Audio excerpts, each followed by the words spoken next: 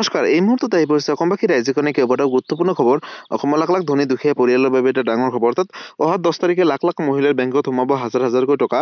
কিন্তু এই টকা কিহৰ বাবে দিব, কোনে কোনে লাভ কৰিব, কি কৰিব লাগিব, সবিশেষ জানিব এইটো ভিডিঅ'ৰ মাধ্যমত। আৰু যিসকল দুখীয়া দৰিদ্ৰ আৰু মধ্যবিত্ত পৰিয়ালে এতিয়ালৈকে চৰকাৰী ঘৰ পোৱা নাই তেওঁলোকৰ বাবে এটা ভাল খবৰ। নতুনকৈ চৰকাৰী ঘৰৰ আবেদন প্ৰক্ৰিয়াটো চলি আছে, ক'ত কেনেকৈ কৰিব সবিশেষ জানিব। লগতে PM কিষাণ যোজনাৰ 19 নম্বৰ কিস্তি ধন কেতিয়া দিব আৰু কোনে কোনে লাভ কৰিব, আৰু 19 নম্বৰ কিস্তি ধন লাভ কৰিব হ'লে বিশেষ কেইটামান কাম কৰিব লাগিব সবিশেষ জানিব এইটো ভিডিঅ'ৰ মাধ্যমত।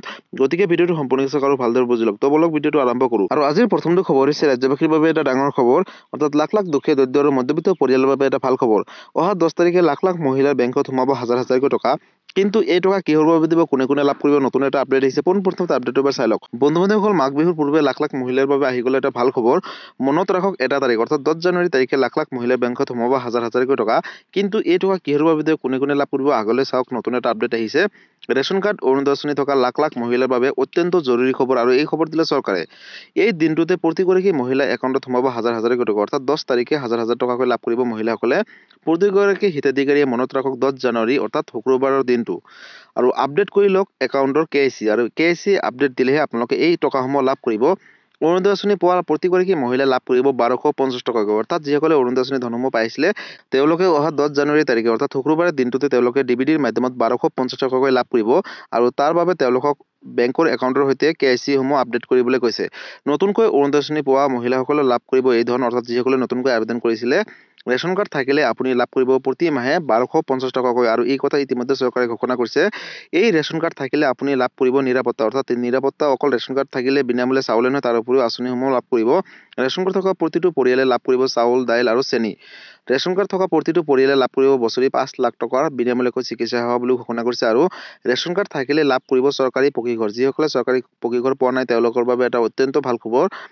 ৰেচন কাৰ্ডখনে হ'ব আয়ৰ প্ৰমাণপত্ৰ এতিয়াৰে পৰা। আয়ৰ প্ৰমাণপত্ৰ হিচাপে আপোনালোকে ৰেচন কাৰ্ড ব্যৱহাৰ কৰিব পাৰিব। ৰেচন কাৰ্ডখনে হ'ব পৰিয়ালৰ পৰিচয় পত্ৰ বুলি এতিয়াৰে পৰা বুলি ঘোষণা কৰিছে। আৰু ৰেচন কাৰ্ডৰ হিতাধিকাৰীসকলে মানিব লাগিব কেইবাটাও নতুন নিয়ম। অৰ্থাৎ কেইটামান নিয়ম মানিব লাগিব ৰেচন কাৰ্ড থাকিলে।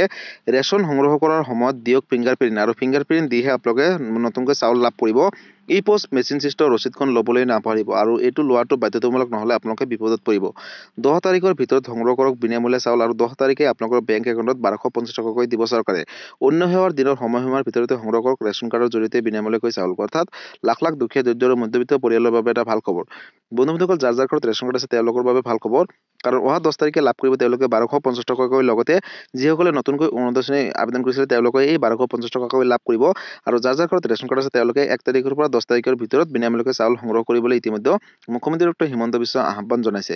আৰু আজিৰ পৰৱৰ্তী খবৰটো হৈছে ৰাজ্যবাসীৰ বাবে আন এটা ডাঙৰ খবৰ। অৰ্থাৎ যিসকল দুখীয়া দৰিদ্ৰ আৰু মধ্যবিত্ত পৰিয়ালে এতিয়ালৈকে চৰকাৰী ঘৰ পোৱা নাই বা আবেদন কৰিম বুলি ভাবিছে তেওঁলোকৰ বাবে অত্যন্ত ভাল খবৰ। কাৰণ ৰেচন কাৰ্ড থাকিলে আপোনালোকে নতুনকৈ চৰকাৰী ঘৰৰ বাবে আবেদন কৰিব পাৰিব। আৰু ইতিমধ্যে আবেদনৰ প্ৰক্ৰিয়াটো চলিছে। কিন্তু ক'ত কেনেকৈ আবেদন কৰিব, কি কি নথিপত্ৰৰ প্ৰয়োজন হ'ব, নতুন এটা আপডেট আহিছে। পোনপ্ৰথমতে আপডেটটো এবাৰ চাই লওক। নতুন বছৰত সাজু কৰিছে 1 কোটি চৰকাৰী পকী ঘৰ। ঘৰ নথকা বা কেঁচা ঘৰ থকা প্ৰতিটো পৰিয়ালে লাভ কৰিব চৰকাৰী ঘৰ এতিয়াৰে পৰা। নতুন বছৰত কোটি কোটি লোকে পাব চৰকাৰী ঘৰ, যিসকল দুখীয়া দৰিদ্ৰ আৰু মধ্যবিত্ত পৰিয়াল হয়। ঘৰ নথকা বা কেঁচা ঘৰত থকা প্ৰতিটো পৰিয়ালে পাব চৰকাৰী ঘৰ বুলি ইতিমধ্যে চৰকাৰে ঘোষণা কৰিছে। আৰু মাটি নাথাকিলেও চৰকাৰে দিব চৰকাৰী ঘৰ। হয়, এয়া সম্ভৱ বুলি ইতিমধ্যে ঘোষণা কৰিছে। আৰু বন্ধুসকল, আহি গ'ল নতুন বছৰৰ পৰা চৰকাৰী ঘৰৰ লাভত নতুন কেইবাটাও নিয়ম পদ্ধতিৰে আপোনালোকে লাভ কৰিব চৰকাৰী পকী ঘৰ। আহি গ'ল PMAY 2.0 আঁচনি। আপুনি আৰু কেঁচা ঘৰত থাকিব নালাগে এতিয়াৰ পৰা। PMAY 2.0 আঁচনি সময়সীমা বৃদ্ধি কৰিলে 5 বছৰলৈকে, আৰু 5 বছৰৰ ভিতৰত আপোনালোকে চৰকাৰী ঘৰ আবেদন কৰিলে লাভ কৰিব। ক্ৰেডিট লিংক ছাবচিডি মুকলি কৰিলে কেন্দ্ৰীয় চৰকাৰে বুলি ঘোষণা কৰিছে। লগতে বছৰি 3 লাখ টকাতকৈ কম উপাৰ্জন কৰা ব্যক্তিয়ে পাব চৰকাৰী পকী ঘৰ। ঘৰত 4 চকীয়া বাহন থাকিলেও এতিয়াৰ পৰা লাভ কৰিব চৰকাৰী পকী ঘৰ। পূৰ্বতে বাহন থাকিলে লাভ কৰা নাছিলে। এটা পৰিয়ালক 1,30,000 টকাৰ পৰা 2.5 লাখ টকা পৰ্যন্ত দিব চৰকাৰী পকী ঘৰৰ বাবে। ইয়াৰ বাবে কেন্দ্ৰীয় চৰকাৰে বিনিয়োগ কৰিছে 10 লাখ কোটি টকা বুলি ইতিমধ্যে চৰকাৰে ঘোষণা কৰিছে। আৰু এতিয়া কেৱল গ্ৰাম অঞ্চলৰ লোকেই নহয়, চহৰৰ লোকেও পাব চৰকাৰী পকী ঘৰ। আৰু পূৰ্বতে যদি পোৱা নাছিলে তেওঁলোকে লাভ কৰিব। অগ্ৰাধিকাৰ দিয়া হ'ব বিধৱা, অবিবাহিত মহিলা, বিকলাংগ ব্যক্তিৰ লগতে জ্যেষ্ঠ নাগৰিক, তৃতীয় লিংগ, ST SC সংখ্যালঘু আৰু সমাজৰ অন্যান্য দুৰ্বল শ্ৰেণীৰ লোকক দিব চৰকাৰী পকী ঘৰ।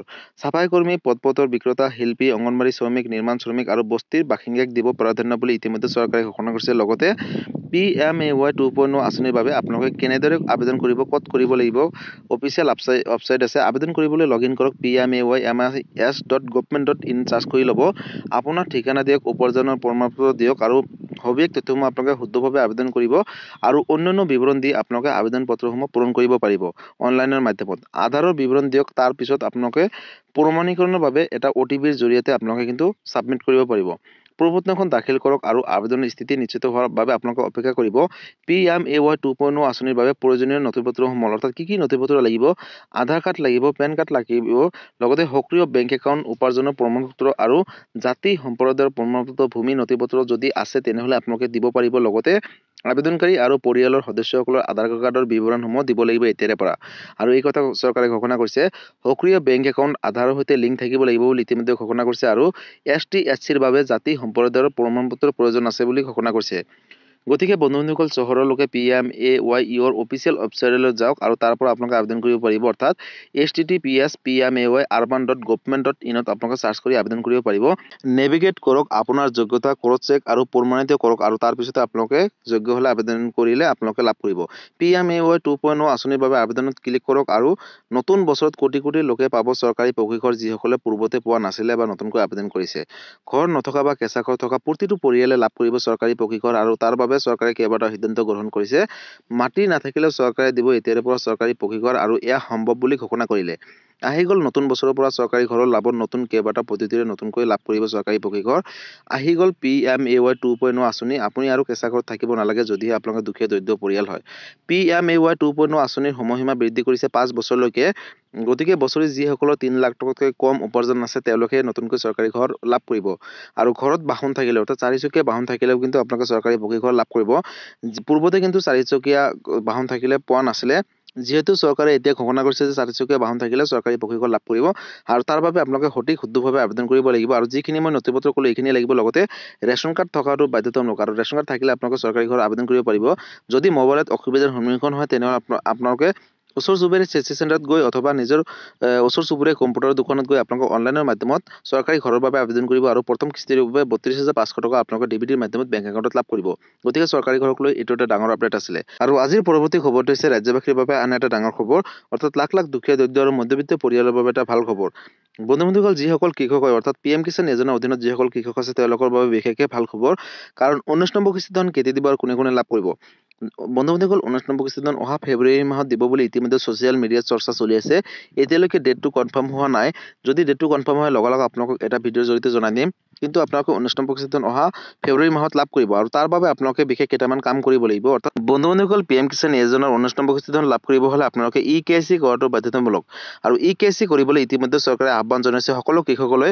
গতিকে আপুনি যদি এজন কৃষক হয় তেনেহ'লে আপোনালোকে 19 নম্বৰ কিস্তি ধন পোৱাৰ আগতে EKYCসমূহ কমপ্লিট কৰি লওক আৰু আহিবলগীয়া 19 নম্বৰ কিস্তি ধন লাভ কৰক। আৰু কিছুমান কৃষকক আহ্বান জনাইছে যে আপোনালোকে বেংকৰ লগত আধাৰ কাৰ্ডসমূহ লিংক কৰক আৰু যদি বেংকৰ লগত আধাৰ কাৰ্ডটো লিংক কৰিবলৈ কিবা অসুবিধাৰ সন্মুখীন হয় তেনেহ'লে আপোনালোকৰ বাবে ওচৰ চুবুৰীয়া IPB অৰ্থাৎ ইণ্ডিয়ান পোষ্ট পেমেণ্ট বেংক এটা একাউণ্ট খুলি ল'ব। আপোনালোকে পোষ্ট অফিচত গৈ এটা একাউণ্ট খুলি ল'ব আৰু সেই একাউণ্টতে কিন্তু PM কিষাণ যোজনাৰ ধনসমূহ দিব আৰু আহিবলগীয়া কিস্তি ধনসমূহ আপোনালোকে পোষ্ট অফিচৰ একাউণ্টতে লাভ কৰিব। গতিকে যিসকল কৃষকে এতিয়ালৈকে বেংকৰ লগত আধাৰ কাৰ্ডটো লিংক কৰা নাই বা EKYCসমূহ কমপ্লিট কৰা নাই তেওঁলোকে আহিবলগীয়া 19 নম্বৰ কিস্তি ধনৰ আগতে আপোনালোকে এইখিনি কাম কৰি লওক আৰু আহিবলগীয়া 19 নম্বৰ কিস্তি ধন লাভ কৰক। আৰু বন্ধুসকল, ইতিমধ্যে কেন্দ্ৰীয় চৰকাৰে সকলো কৃষকৰ মাজলৈ আহ্বান জনাইছে যে আপোনালোকে অতি শীঘ্ৰেই খৰধৰ কৰি নিজৰ বেংকৰ লগত আধাৰ কাৰ্ডটো লিংক ৰাখক, লগতে EKYCসমূহ কমপ্লিট কৰক আৰু মাটিৰ জমাবন্দীখিনি আপডেট দিয়ক আৰু এইখিনি কাম কৰিলেহে আপোনালোকে আহিবলগীয়া 19 নম্বৰ কিস্তি ধন লাভ কৰিব। আৰু এই কথা ইতিমধ্যে কেন্দ্ৰীয় চৰকাৰে ঘোষণা কৰিছে। গতিকে লাখ লাখ কৃষকৰ বাবে এটা ভাল খবৰ। গতিকে বন্ধুসকল, PM কিষাণ যোজনাক লৈ এইটো এটা ডাঙৰ আপডেট আছিলে। গতিকে বন্ধুসকল, আজি আছিলে এইটো এটা ইনফৰ্মেটিভ ভিডিঅ' আৰু গুৰুত্বপূৰ্ণ খবৰ। ভিডিঅ'টো চাই কেনেকুৱা পালে? যদি ভাল পালে চেনেলটো নতুনকৈ আছে চেনেলটো ছাবস্ক্ৰাইব কৰিব, লাইক কৰিব। কিবা সুধিবলগীয়া বা বিশেষ জানিবলগীয়া আছে আপোনালোকে মোক কমেণ্ট কৰি জনাব, মই নিশ্চয় ৰিপ্লাই দিবলৈ চেষ্টা কৰিম। আৰু এই ভিডিঅ'টো আপোনালোকে সকলোৰে মাজলৈ শ্বেয়াৰ কৰি দিব, কাৰণ এই আপডেটকেইটা সকলোৱে জনাটো উচিত বা চোৱাটো উচিত। আৰু যদি ফেচবুক পেজৰ পৰা চাইছে তেনেহ'লে ফেচবুক পেজটো ফ'ল' কৰিবলৈ নাপাহৰিব আৰু ফেচবুক পেজৰ পৰা সকলোৰে মাজলৈ শ্বেয়াৰ কৰি দিব। আৰু এই ভিডিঅ'টো আপোনালোকে ক'ৰ পৰা চাইছে সকলোৱে কমেণ্ট কৰি জনাবলৈ নাপাহৰিব। ধন্যবাদ। জয় আই অসম।